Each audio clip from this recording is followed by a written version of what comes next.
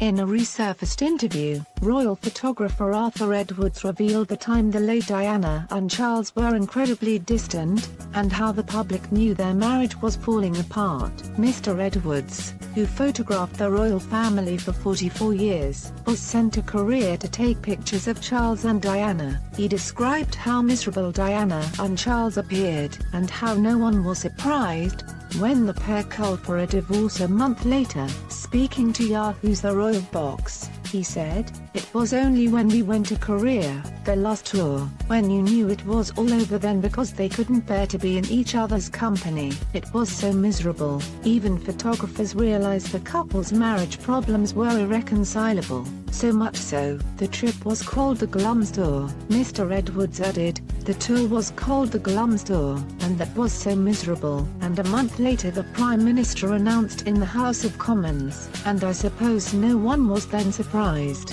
We watched them in Korea." In December 1992, then Prime Minister John Major announced the Prince and Princess of Wales were separating. Diana and Charles' relationship fell apart, and the Queen sent them a letter urging them to end their marriage. Mr. Edwards recalled how Diana and Charles showed earlier signs their marriage was soon ending. The pair filed for a divorce in 1996. Speaking to Yahoo's Royal Box, he said, "There were signs earlier when we were in India, when he went to kiss her at the polo match and she turned her head.